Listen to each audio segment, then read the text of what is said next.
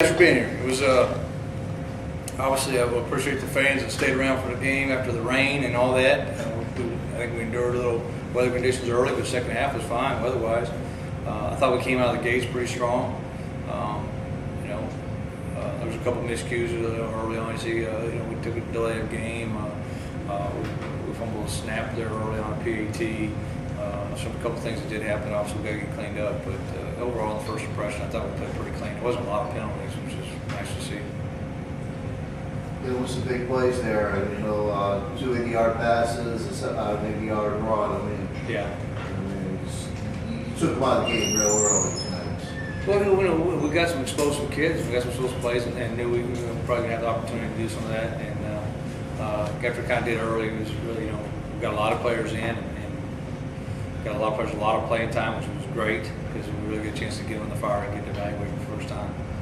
Brian completed 11 passes to 9 different receivers. How much was that just the options that he has, or were you just kind of trying to rotate as many players in? Well, we rotated quite a bit in, and his job is really just to go through his progression, go through his reads, and hit the guy that's open. So, like I said, we've got about 8 to 10 receivers we're going to play on a normal basis. So there's a lot of guys and there's guys in there that can make plays, and they're a good group of receivers. So. You said in the middle of the week you expected Dylan Bozier would make an impact, and he made an impact. Yeah, I think we won't throw him one ball. I think we threw one ball and almost for a 90-yard touchdown. So knew he was going to have a chance to do that, hit him on the top. We did it. I think we probably could have done it a couple of times if we wanted to. It just, but it was nice to get him broken in and get him involved in the game plan. Defense, you wanted them flying around to the ball. I thought they did that tonight. I thought you got good pressure on the quarterback there tonight. Yeah, and I think their quarterback did a great job. He's athletic, moves around. He did a good job of avoiding some sacks and pressures. And we pressured him and chased him around all night, but we didn't get to him a lot. He did a good job getting rid of the football. You had a lot of production out of guys who transferred here from other places. How does it feel to kind of get that success out of those kind of guys? Well, it's just the expectations for everybody. Is that you step on the field, expect to get your job done.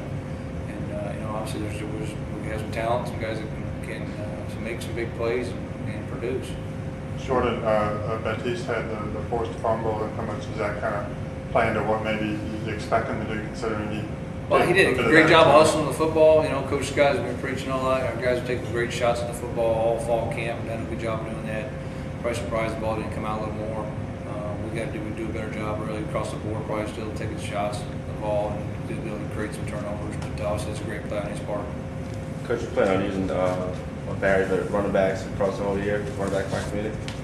Well, yeah, we've got, there's 3 that we've played normally, and then Eugene Betheo's young, he's a redshirt freshman that you got introduced to tonight that I think as the season goes along, he's obviously, he's matured, he's growing, and he's going to play a bigger role, but right now it's probably, it's the front 3, the guys that will always, they're going to play quite a bit and rotate in there. Bennett obviously had a big night tonight. In his, he had a big night, big year last year too. Does he seem a little more comfortable this year to you? Who are you talking about? Brian Bennett. Oh, Brian? Mm-hmm. Yeah, he's a little more comfortable with the offense and stuff. I think it was the first time coming out, first tonight. I don't know if, there was a couple passes early that weren't sharp. There was the fumble. The ball slipped out of his hand, kind of was wet and things like that. But there was some miscues things. But obviously his decision making was right. He's making the right decision, So I think he's so much more comfortable in his role and his position and, comfortable with the offense and what he needs to do. Coach, just want to be like tonight. Was you lucky we were able to get a lot of guys in there tonight? And we can see a lot of the younger guys in that could do. Yeah. How that's going to help going forward. Well, one, it gets a chance to evaluate. This tape's going to be a good evaluation for us. A good evaluation to see where guys are at. We're going to have to get a lot better than we were tonight. You can see that there was a lot of miscues and mistakes and errors and things like that we got to get corrected before we go to game 2. And hopefully we'll see the biggest jump between game 1 and game 2 about our ability to execute on a consistent basis. With Brian in the offense, is he able to do more now than he was at the end of last year? Is it just a matter of being more comfortable, or is there I don't think he's doing any more. He's about doing the same things. He's just probably doing a higher efficiency rate. What he's doing. So it's not expanding the playbook or anything? Not really, not a little bit. There's probably some things we got too late in the year that we're already at now, that he's starting the season off with it, he's able to do. So we're basically, you know, he's experienced enough that basically he's got the whole playbook now in game one, and I think he feels pretty comfortable with it. From a coach's standpoint, do you like the big play kind of scores like you'll have a few tonight, or that first drive where it's more methodical, kind of working the ball down the field? Well, if you could dial them up and get the big plays when you want it, I'm sure that's nice. But it doesn't always happen that way. But you know, I mean, you just got to really, I think you got to be able to execute. You have to be able to execute because there's going to be people you're going to face against that you're not always going to get the big plays. I mean, if you end up relying on that, you're eventually going to get bit. So, you know, and that's all we want to do is be able to execute. When the opportunities come and arise for us to make the big play, we're going to take advantage of it. And guys execute and get it done. Anything you told me that time, like you said, you know, you kind of got a little sloppy there in the second quarter. You know, built the big lead. Is there anything particular, you know, just tell them, you know, like a full game or something? Did you want a full game? Or? I mean, well, yeah, that's always the expectation. You know, is that it was really just about. You know, I think this is about us. I want to see us get better execution things in the second half. You know, and just continue to get better throughout the ball game. So I think our guys did that. I mean, you know, it's kind of unfair because, you know, our ones really as a group probably. I mean, they got the first series in the second half. And, you know, we were rolling. I mean, we were rolling probably 60 guys by the end of the second quarter, so that's quite a bit. But the younger guys that got in, some made some mistakes, but that's what we got to get it on film so we get it corrected.